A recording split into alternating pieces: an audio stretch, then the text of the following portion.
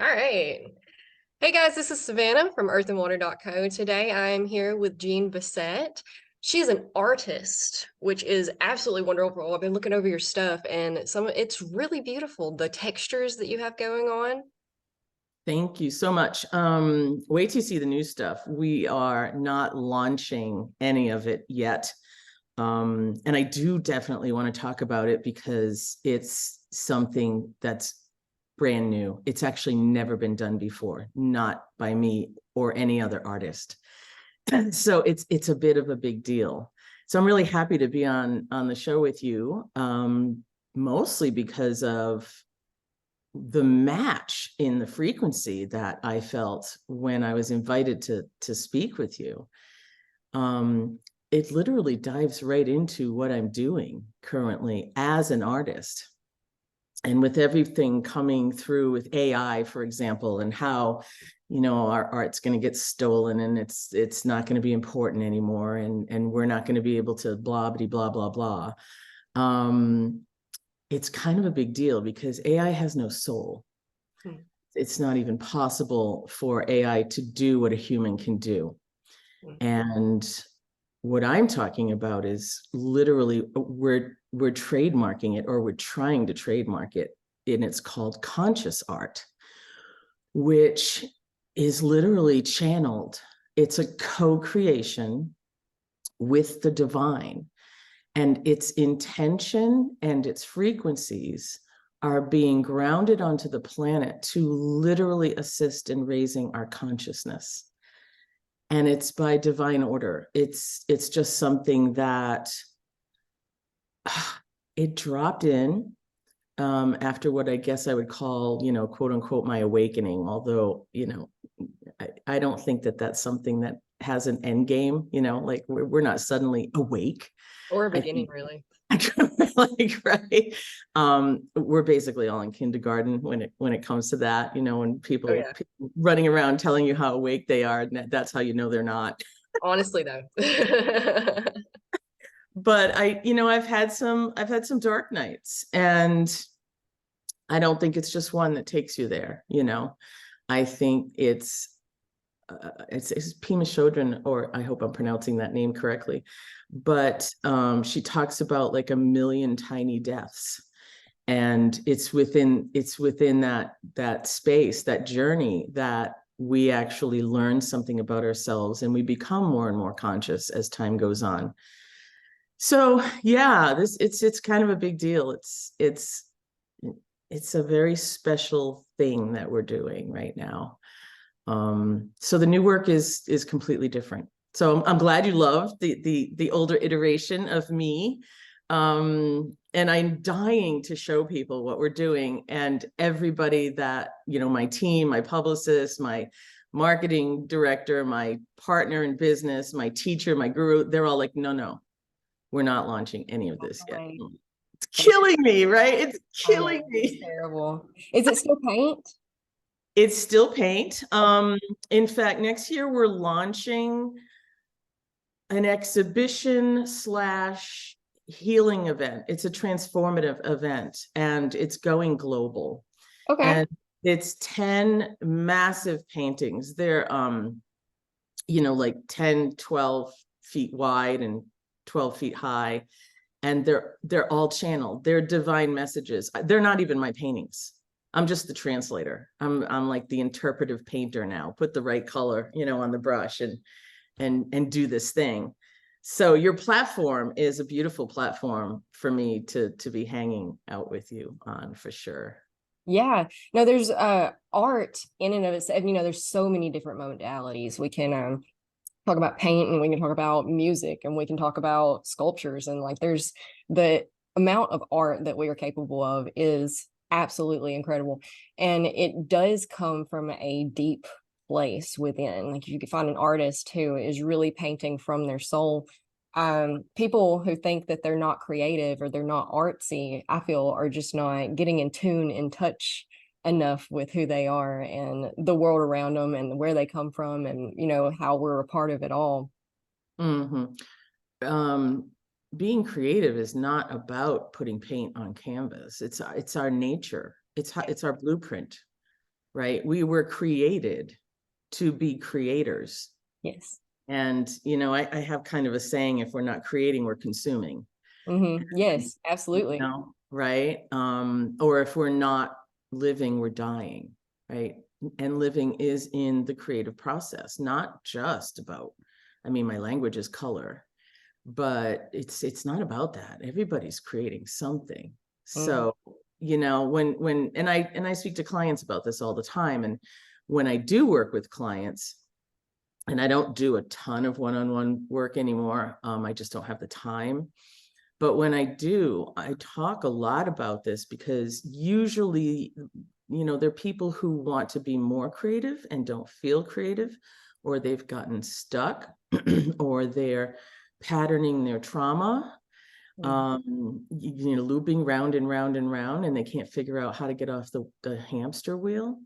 And the way off the hamster wheel, like we kind of have to die, right? We have to let ourselves fall apart so that we can put new pieces back together in a different way, in a higher frequency way, so to speak. And that's part of the whole journey. I That's why agree. we're here. Yeah, our greatest work of art is ourselves, right? And Yeah. sometimes, it can be scary to let go of the pieces that we have already used to sculpt ourselves, Yeah. because, you know, safety and familiarity, That's and that's right. moving on to something else is not only scary in the sense of like, we have a lot of imposter syndrome to Yeah. creating Yeah. Got a ourselves. snort out of me on that one. That's yeah, it's oh man, imposter syndrome. That's an interesting topic all in and of itself. And when we begin to literally understand that, the person that is sitting in front of you isn't even real, right? I'm just an avatar in the game of Mhm. universal earth soupiness.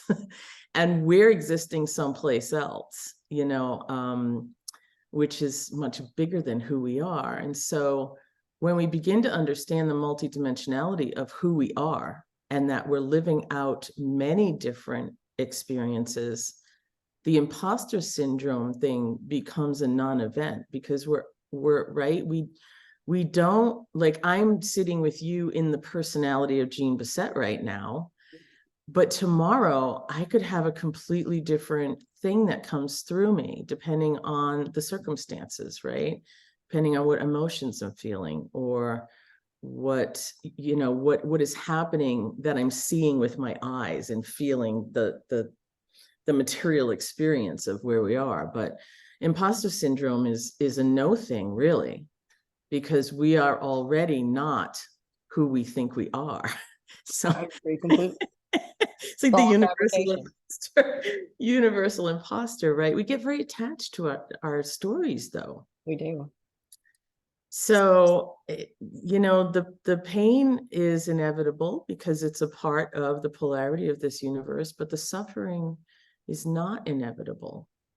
And I'll be the first to admit that addiction to suffering is part of, what I've experienced in my world as well, right? Like, It's this totally a thing.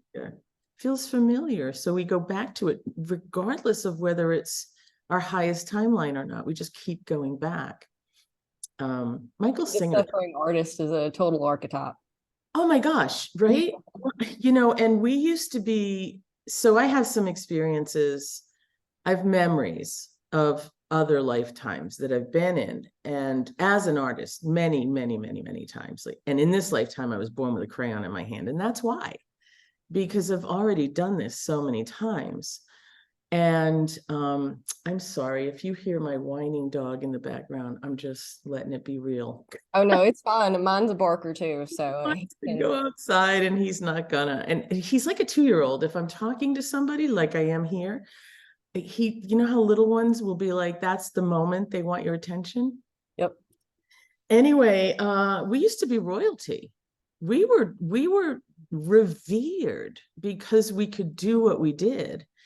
And if memory serves me correct, the reason that was taken from us and not just visual artists, all art forms, is because we were the rebels.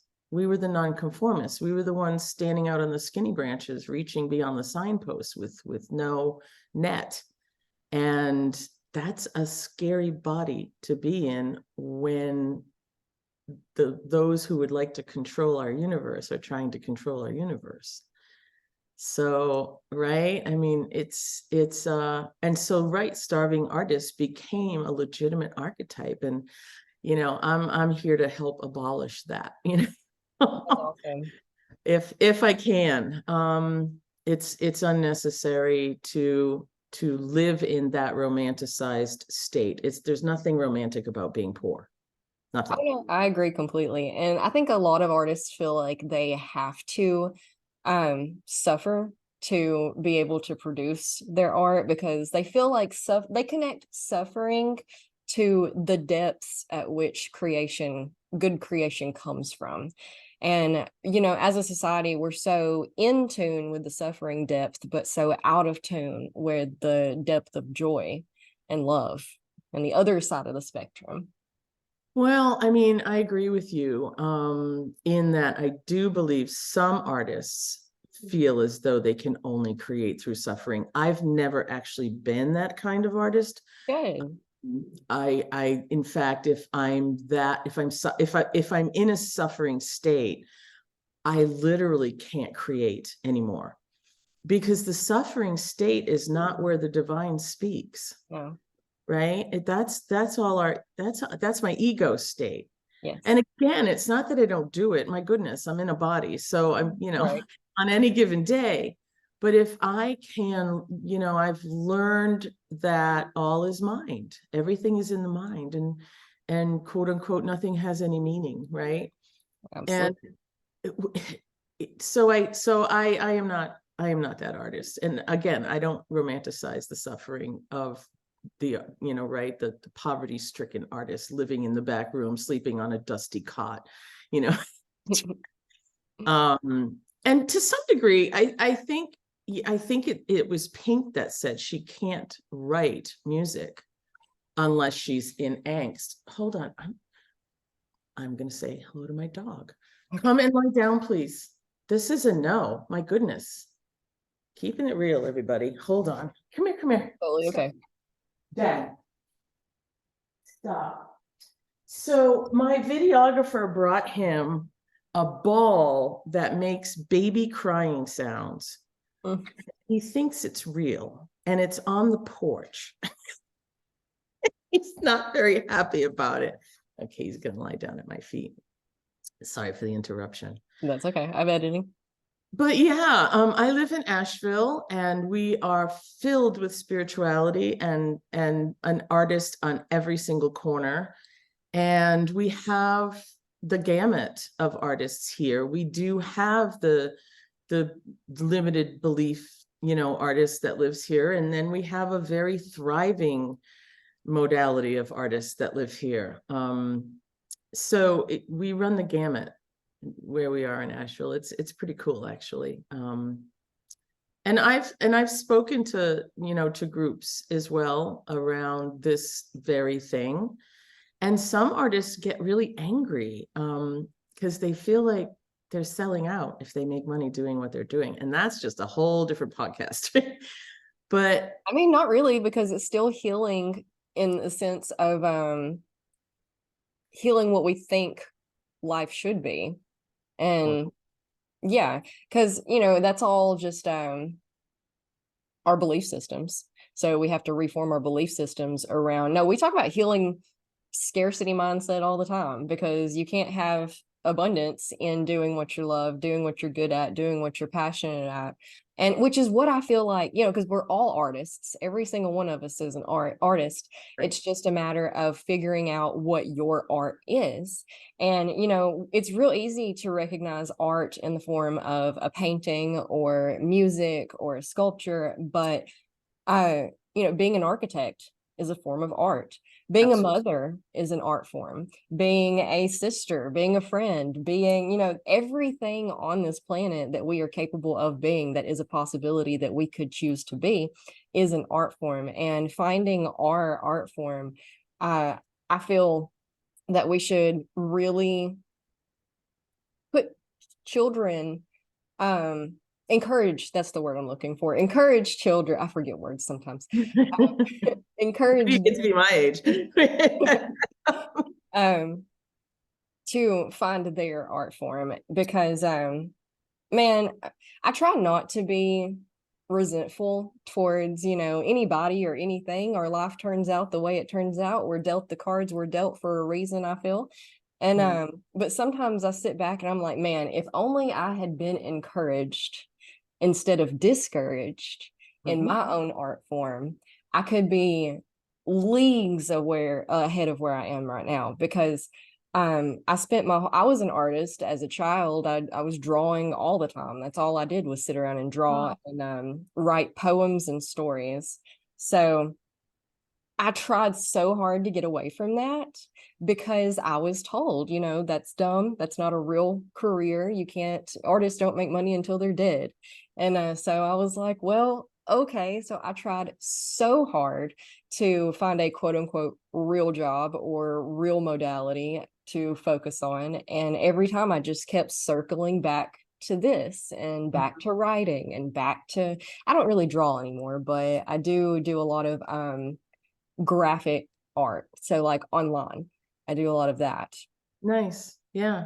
So that gives you the outlet though, right? It doesn't really matter what the modality is. Nope. Um, and frankly, I can speak to that as well, because I wasn't discouraged as a young person, at least not by anybody that mattered.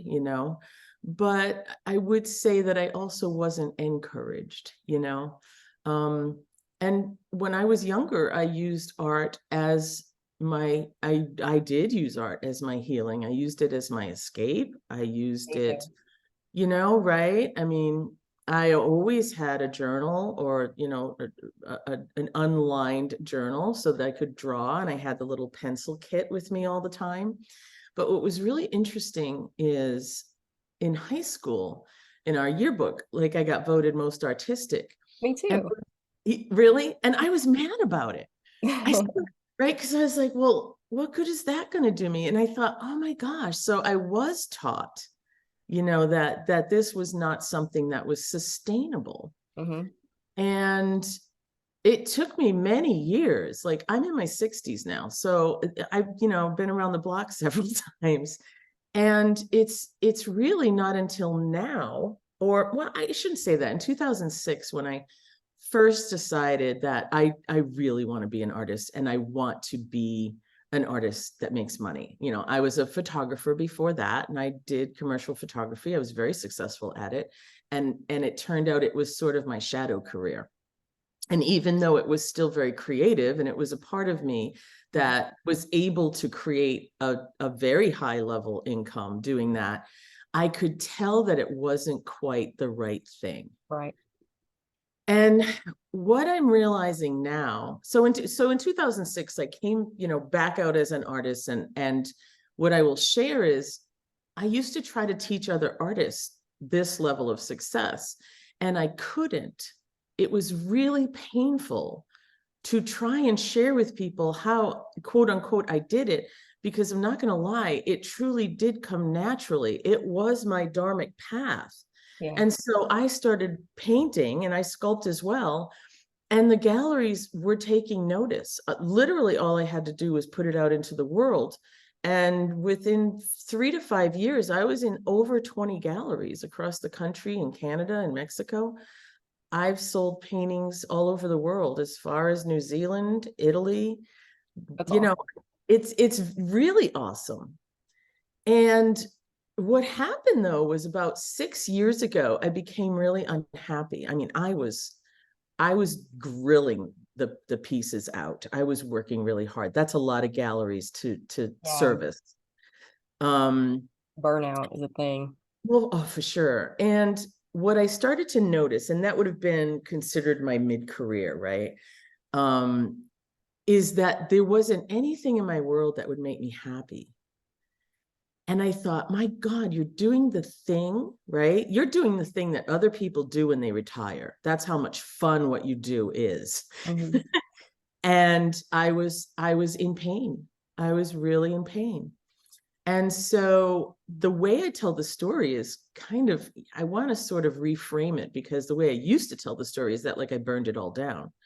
But what I realized happened is that I was recalibrating.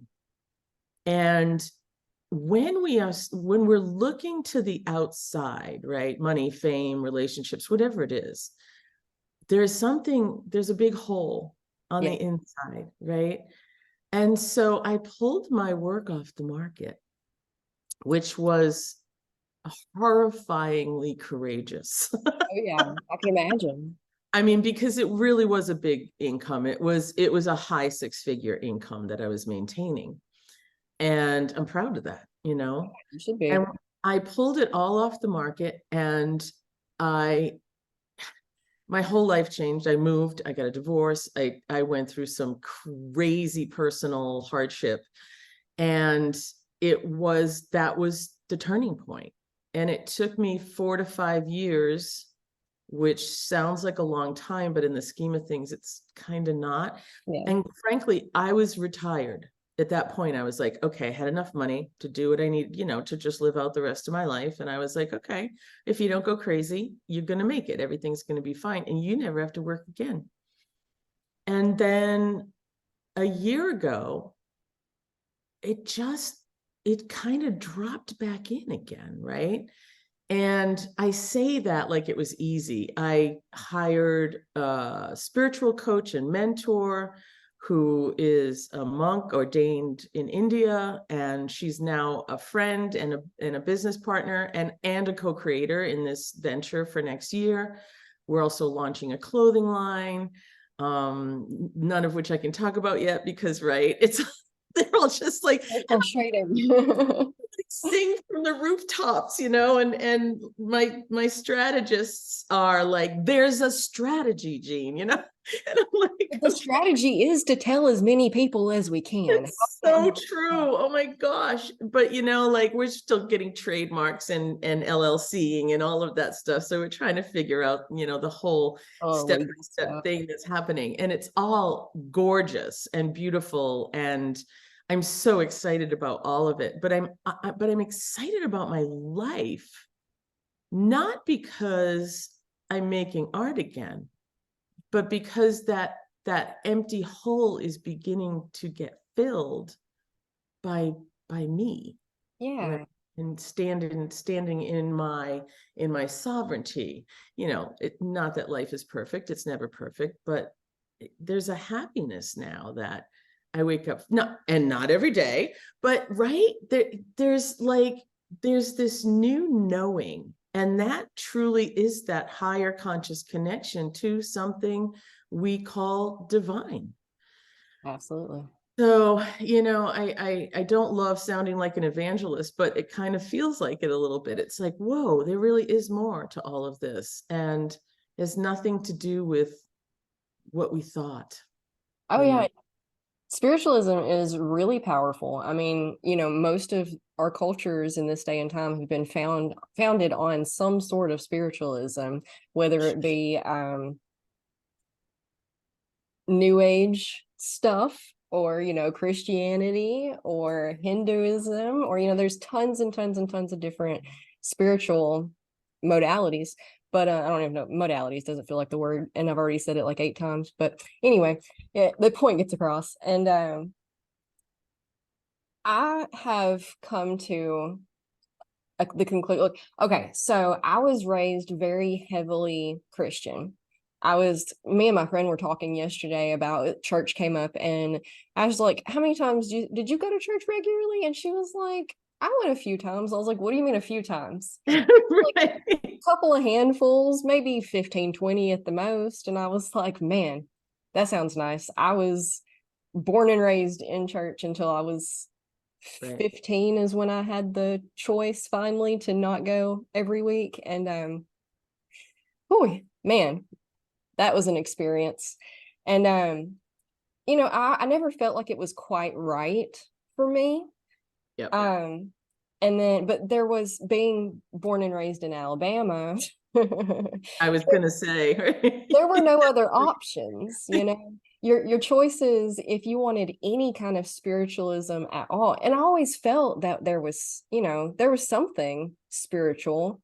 I was always really drawn to stuff like magic and fairies and dragons and that kind of stuff.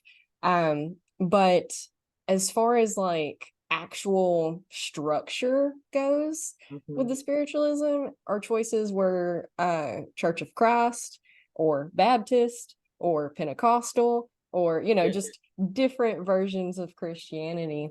And I really like that we have, the internet really brought some more choices and options to us, which I am forever thankful for, because I was not in a good place. And but we're finding now we're all kind of studying the different directions and the different structures, and taking out of each one what we feel like sits well with our soul, which is I really want to see in the future. And like, people are going to hate me when I say this, but instead of it being like, I am Hindu or I am Christian, we're like, okay, we're all just people doing our best. And the whole point of spirituality is not to be labeled to label yourself, as much as it is to allow labels to fall away, so that you can step into your own divine self in congruency with all the other individuals on the planet side by side, because people get so wrapped up in the labels and the identification of who they are that they forget that we're all people cut from the same cloth, out here doing our best. And it doesn't matter what name you call it. What matters is, do you feel good? Are you helping others feel good? Are we helping each other? Are we helping ourselves? Are we taking from where we need? Yeah, I often say it's all spiritual. Yeah, right? every bit of it. The good, the bad, the ugly, the hard, the easy, the joyful, it's all oneness, right? That's what it means, really. And I have a bit of a different take on the dogma of religion. I do personally believe that religion was created to some degree to keep us somewhat enslaved. I agree completely. Right? So that we could feel less than the quote unquote creator. And I was raised similarly. My father was a very devout Catholic, which is so funny because devout, I used to kind of internally cry bullshit all the time, right? I was like, this is bullshit. I don't understand what's going on here. So, I openly called it all the time. Right. I say it now, and it's not because I'm trying to bash religion. That's the last thing I want to do. It's very helpful for a lot of people at a certain level of, consciousness or knowingness. And again, it's all spiritual. But the minute I stepped out of the dogma or the building, for example, something just dropped in the other day because I'm revisiting the Course in Miracles, which Marianne Williamson talks about all the time. And it was channeled by a person who was an atheist before it was written, right? Yeah. And all of a sudden, right, Jesus or the man we call Jesus or the Son of God we call Jesus, it was channeling he came to teach us all kinds of really cool stuff, and it got kind of co-opted, right? And I have a funny saying. I go, Jesus up there going, it's not what I said. Yes. So it's just a really interesting thing when you start to understand that, yes, the mystical aspects of all of these religions is somewhat accurate. There are many, many truths, but there are also many untruths that you know, and now we're discovering, and well, we've been discovering gospels that we didn't even know existed, like Mary Magdalene, the Gospel of Mary Magdalene, and the Gospel of Thomas, and the Gospel of Judas, who supposedly was in cahoots with Jesus. Here's what we're going to do. It's going to suck for you because you're going to be the bad guy for eternity. But this is, you know, and so the stories are different. And you're like, okay, so what lives inside of me? What do I decide is my truth? And the angry, punishing God was not my truth. Mm-hmm. So it's a journey into, you're right, into the self, and bringing this back to creating art or creating anything. I mean, when we create art, we almost feel like we're creating something out of nothing. Mm-hmm. There is no nothing, right? At the same time, everything is nothing. Mm-hmm. We're making it up as we go, right? Absolutely. Every bit of it.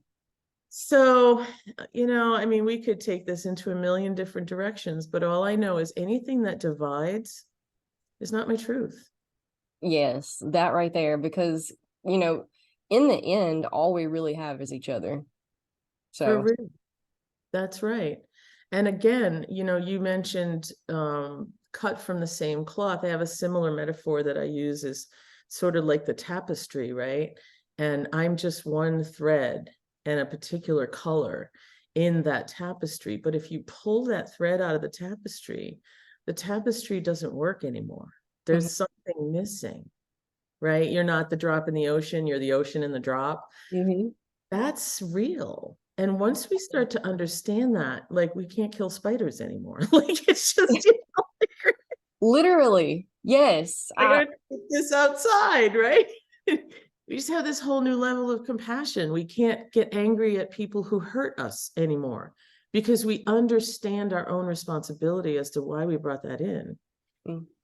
And this gets harder when, you know, islands are on fire and people are being murdered and children are being stolen and trafficked. And it gets harder to understand that all-loving force because we like to judge others and ourselves, and we're very, very good at it. Yes.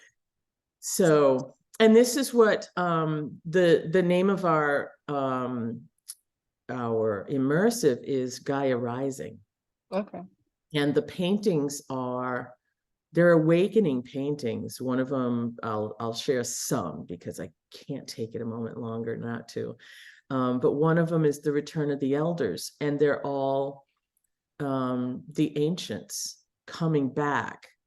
And I got to tell you a funny story about this. So they're all dark-skinned people because they're actually they're being brought to the canvas, and they're from an area in Africa. And in ancient times, Africans were dark-skinned and many shades of dark-skinned, but they had blue and green eyes. And I'm painting these dark-skinned people with blue and green eyes, and I'm thinking, what the hell's going on? Like, that's just so uncommon. Well, it wasn't. Anyway, I've got this massive painting, and there's 9 elders. There's 9 people that have come forward in this painting, and they all have a power animal. And I mean, it's a massive painting. And I was having some work done on my driveway, and almost everybody on that team was a dark-skinned person except for one guy. And now I'm as white as they come. I mean, there's no denying, you know, my Celtic background.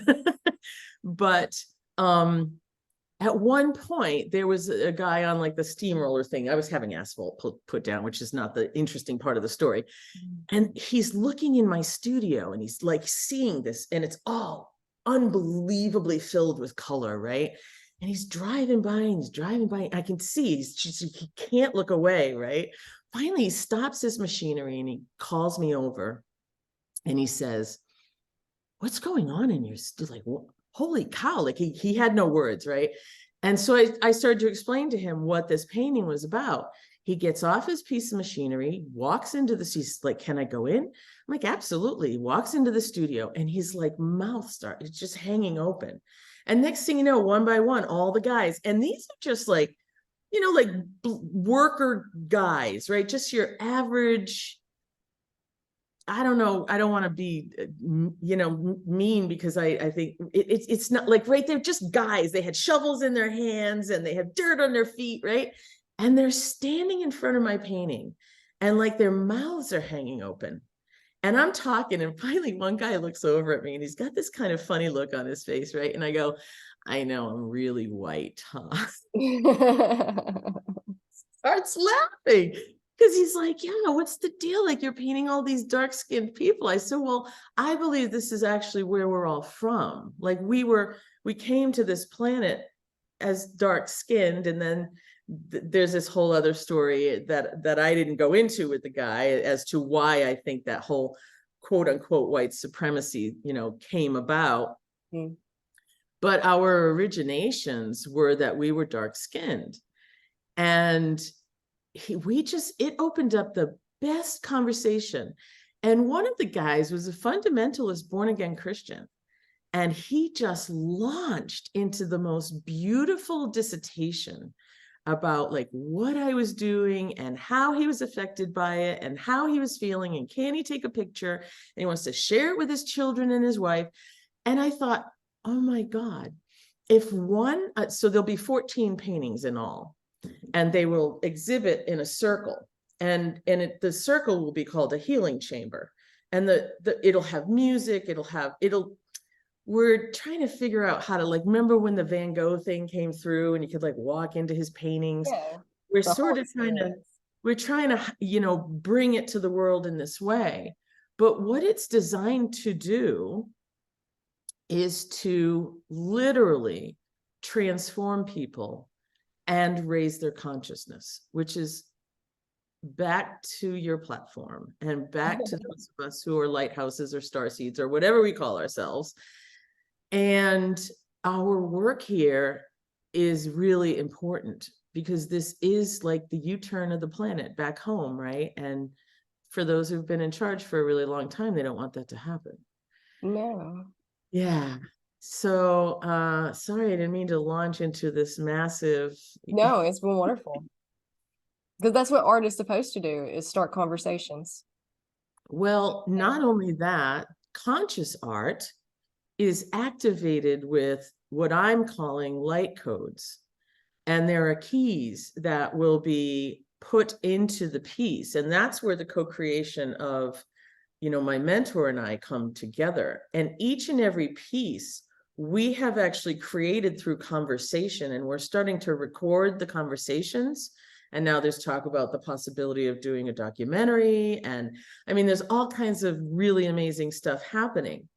But conscious art is art that activates a knowingness inside of you to release suffering and to bring in more joy, which is our natural state of being.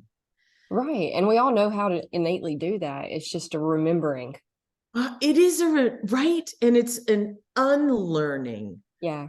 of all the things. This is where I get really excited about it, because the other day I was working on so I have two kinds of art that I make. I make this conscious art where I literally channel the divine. I am not the artist. And then I create pieces that I call, or my mentor calls, the 5D person, because that's where I'm actually from in the universe. I'm from this place that is all about color and emotion. And so when I'm creating those paintings, those are currently conscious, but they're not activated until the activation comes in through the co-creation of myself and my partner, who is the monk, who channels that healing, is the best way I can put it. And so they actually change the frequency in the home that they reside in, or in the building that they reside in. So this is something that's actually kind of far beyond what art already does. Yeah. And it's amazing to experience. So it's similar to crystal grids. Crystal grids I know very little about, but I'm going to say yes, because right, crystals are alive. Mm. And I studied magic as well. I studied shamanism. I did all the things. And what I'm learning is that, for example, magic is quite persuasive and manipulative. Hmm. And it's not that there's black magic or white magic. There are black magic magicians and white magicians, right? Like and It's whatever you do with it. one comes from sort of the dark state and one comes from, the white light, not to launch into all of that.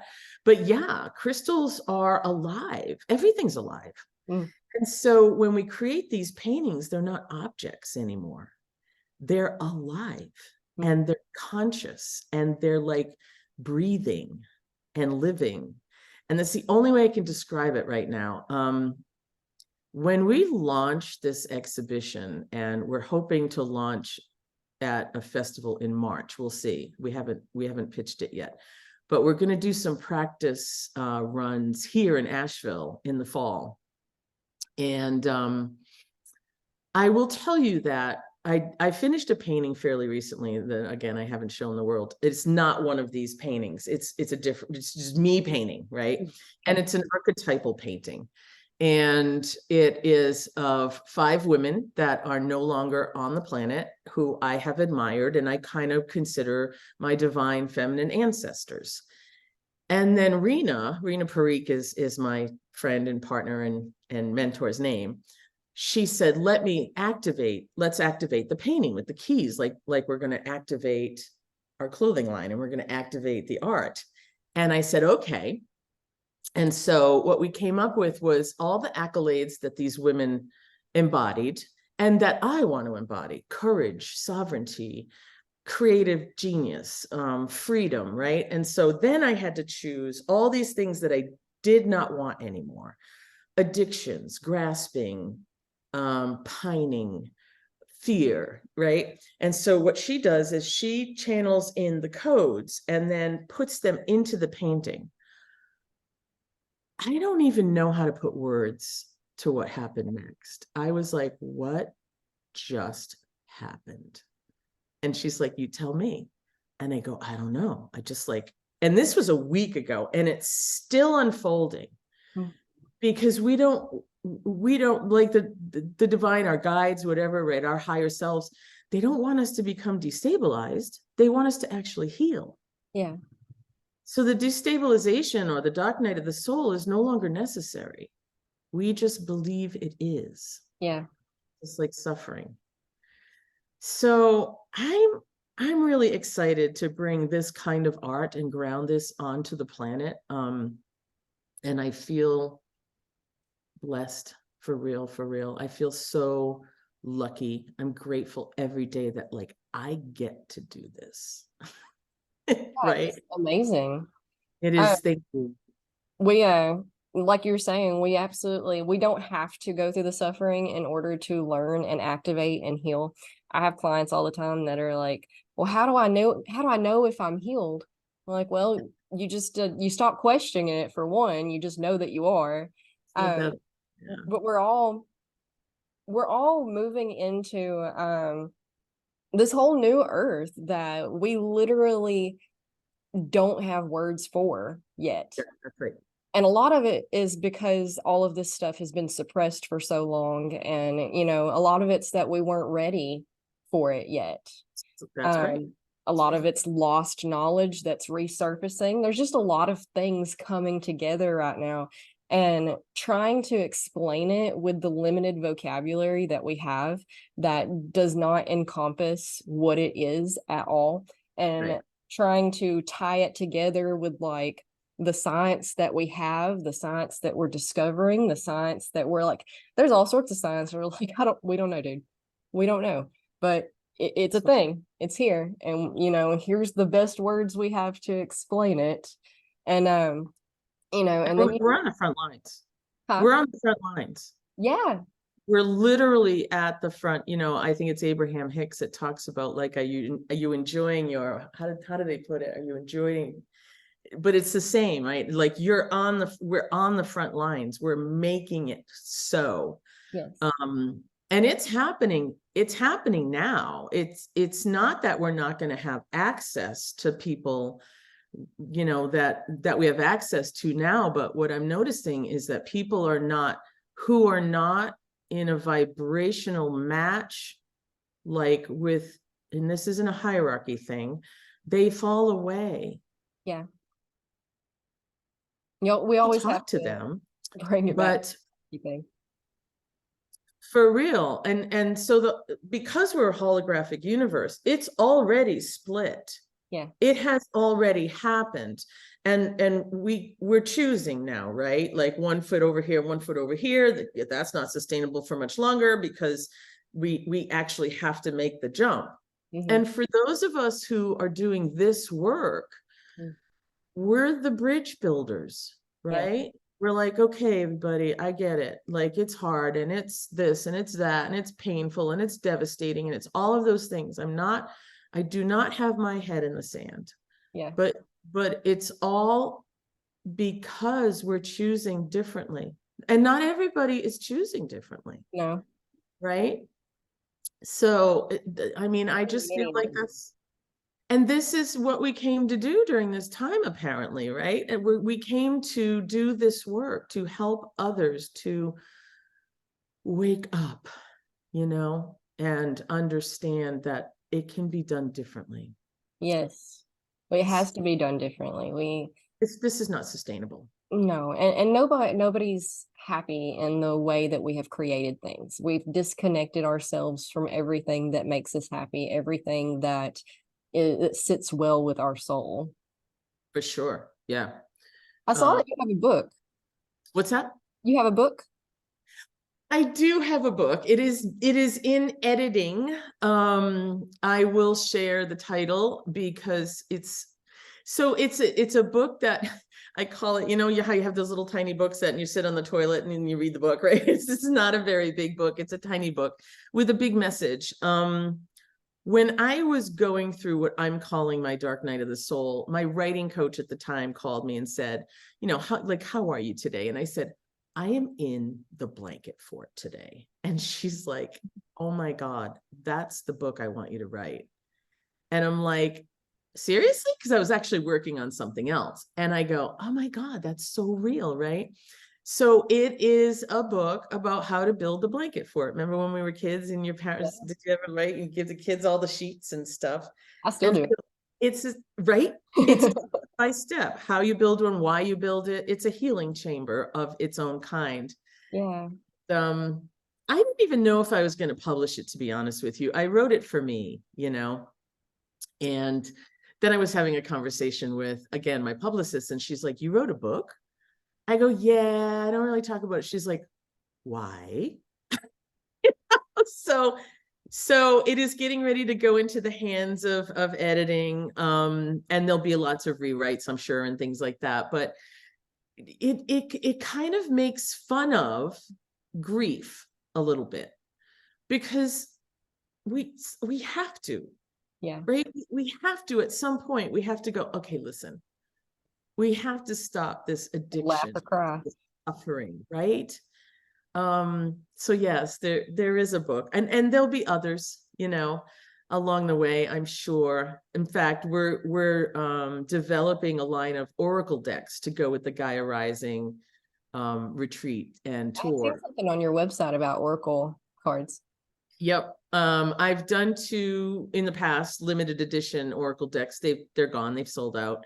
And years ago, it was like maybe 7 years ago that I did this, and people still have them. It's so weird. Every once in a while, something will come up on Facebook and somebody's like, I still use your cards. I'm like, what? That's crazy. What are you talking about? But yeah, we're going to do several decks, and they'll be using the Gaia Rising paintings and aspects and symbols of the paintings. And so people will be able to it's sort of a self-study. It'll come, with a workbook, and we just have some amazing ideas that the ideas are coming in fast and furious at this point. I just have to write them down and put them on droves, right? More than keep up with.